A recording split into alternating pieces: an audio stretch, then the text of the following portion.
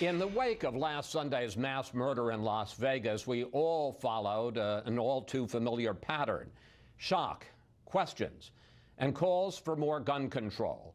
Most of us also learned about a device, bump stocks, that allow rifles to fire faster.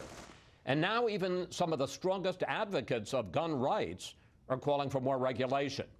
Joining me here is Chris Cox, Executive Director of the National Rifle Association. Mr. Cox, welcome to Fox News Sunday. Thanks, Chris. The NRA surprised a lot of people this week, calling for ATF to review bump stocks. Here's part of your statement. Let's put it on the screen. The NRA believes that devices designed to allow semi-automatic rifles to function like fully automatic rifles should be subject to additional regulations.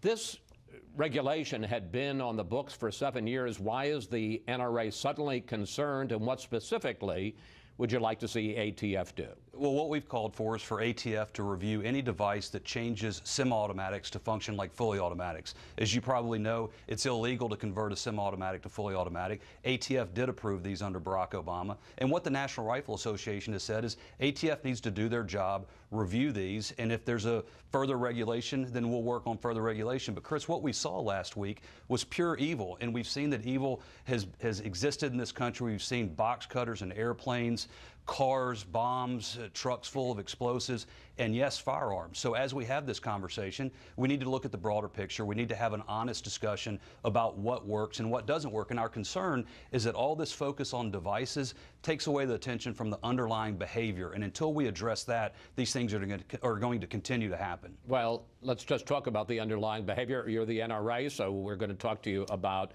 the specific technique. Would you be okay with banning bump stocks? Well, we don't believe that bans have ever worked on anything. What we've said has been very clear, that if something transfers a semi-automatic to function like fully automatic, then it ought to be regulated differently. Fully automatics are regulated differently in this country. If something copies a semi-automatic into a fully automatic, then those should be regulated as well. Did you get any blowback from some of your members? Because it's unusual for the NRA after one of these incidents to call for more regulation of either guns or parts of guns. There were NRA members at that concert. There were NRA members that were shot at that concert, and NRA members that were murdered at that concert. So what we're getting from NRA members is grief and fear, the same way Americans are grieving and scared that something like this might happen again. So will there be disagreements over policy discussions?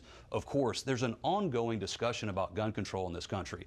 We had it during the debates last year. We had it throughout the campaign when the most pro-gun control candidate was defeated by the most pro-Second Amendment candidate. These conversations happen. What we're concerned about is that we're having a conversation when people are grieving. There used to be a common decency in this country where people paused from talking about policy. Unfortunately, with Dianne Feinstein and Michael Bloomberg, they want to exploit a tragedy from day one. It's shameful, but apparently that's the new normal, and that's why we're here talking to you today. I want to pick up on that, because while the NRA is talking about bump stocks, there are a number of gun control advocates, a number of them Democrats, who are calling for more sweeping measures. Here's a few.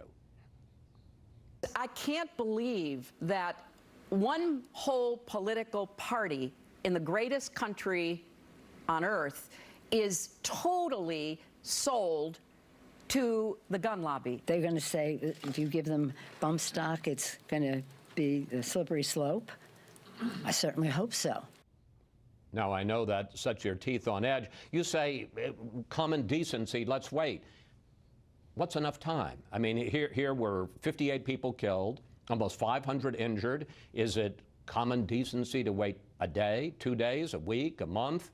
I mean, it is understandable. I know you don't agree with their solution, but what's wrong with saying we need to address this issue? Well, let me talk about Hillary Clinton and Nancy Pelosi both and get back to that point. Nancy Pelosi has said, and I take her at her word, I take Dianne Feinstein at her word when she says if she had 51 votes in the Senate for Mr. and Miss America, turn in all your guns, they would do it. Look, the talking points might change for Dianne Feinstein, but the underlying agenda never does. And the truth is, Hillary Clinton ran as the most pro-gun control candidate in American history, and she lost. But she gets an award. She gets an award for hypocrisy, because she will never spend a moment, a breath, without armed security surrounding her for the rest of her life. She'll never dial 911. She'll never live in a high crime area, but her life is no more valuable than the single mom living in Chicago working the late shift who wants to own a gun and carry it to defend herself. That's why we're calling on Congress to, yes, look at firearms, but also I want to pick up on that, and I'm going to throw a little bit of a monkey wrench at the control room because we're going to play an earlier bite. Because you and I talked earlier this weekend, and you said that you want to have a sensible conversation about gun control. Wayne LaPierre, the head of NRA, talked this week, and I want to play a clip from what he said. Here he is. One thing the American public always knows is the elites always protect themselves, and they always protect themselves with guns. And then they lecture the American public how you shouldn't do that. The reason I pick up on that is you were, in effect, saying the same thing about Hillary Clinton. Is that a sensible way to have this conversation, to try to turn it into class warfare, where if you're for gun control, somehow you're part of an elite? Well, it's not class warfare, Chris. It's what the American people want. The American people want to be able to protect themselves. They want to be able to defend themselves. Yes, we're willing to have a conversation. No, that's not actually true. I mean, yes, for Second Amendment, but if you talk about background checks, if you talk about automatic weapons, well, but let me just say that there are a lot of people, in fact, a majority of people, according to the polls, who'd like to see those gun controls. I have to say I'm put off at the argument that if you believe in gun control, you're an elite. I have to tell you, Mr. Cox, I know very few people outside of public officials. She was a former First Lady, she was former Secretary of State, who have armed bodyguards. One of the few people I know, private people, who has armed bodyguards is Wayne LaPierre. Chris, as a law-abiding gun owner, I am armed security, but I couldn't bring a gun into Washington, D.C. because my licensed gun, because they won't allow me to protect myself. And there are people. I don't want to. My point is that you can not have a gun and you can believe in gun control because you think it's dangerous. Now we can argue about the merits of it, but I think to dismiss people and say, well, that's just the elite and they have armed guards, it seems to me, does a disservice to your argument. It's the hypocrisy that bothers the American people, Chris. It's the hypocrisy coming out of Hollywood. It's the hypocrisy coming out of politicians, and it's the hypocrisy coming out of a lot of people in the media who refuse to accept that law-abiding people in between New York and Los Angeles and in between Washington, D.C. and Miami deserve the right to defend themselves. That's what the National Rifle Association exists for. And look, we can talk about background checks. This murderer in Las Vegas passed them. So did the gentleman, or so did the murderer in Orlando, Tucson, Aurora. Well, let's talk about background checks, and let's talk about specific issues, because you're certainly right. He did pass them, and he bought all these guns legally. There is a 72-hour limit on background checks.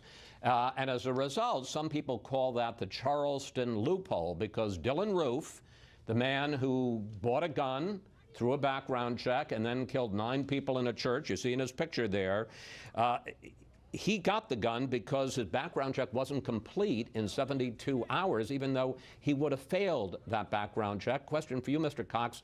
When it's a matter of life and death, and I understand you don't want background checks to go on forever, that's not appropriate, but when it's a matter of life and death, couldn't it be 4 days or 5 days and not 3 days and he gets his gun? Sure. The National Rifle Association has worked to include every mental health record, every court adjudication, every criminal record to make sure that people don't fall through the cracks. The National Rifle Association... That's not true, sir. That's absolutely true, No, Chris. it isn't.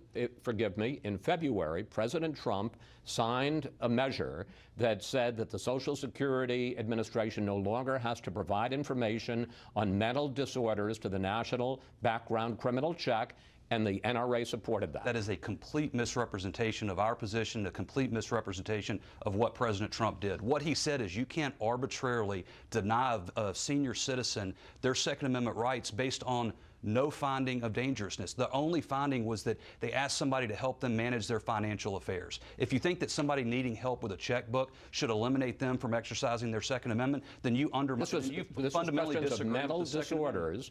And mental disorders, now I agree, it wasn't everybody, it was some people with mental disorders, and you backed that. Their definition of a mental disorder was someone who asked for help handling their finances. That is not a prohibited category, Chris, and it shouldn't be a prohibited category. Let me ask you about another measure that has been talked about. And before I do, I want you to just watch this video. Here it is.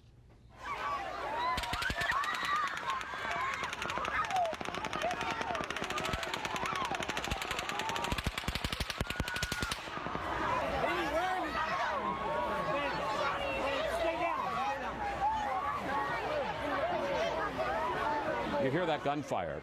one reason that Stephen Paddock was able to fire so quickly, so many shots so quickly, was because he had a high-capacity magazine. He had a bunch of them that held between 60 and 100 rounds. Now, I understand Second Amendment, Supreme Court has ruled on it.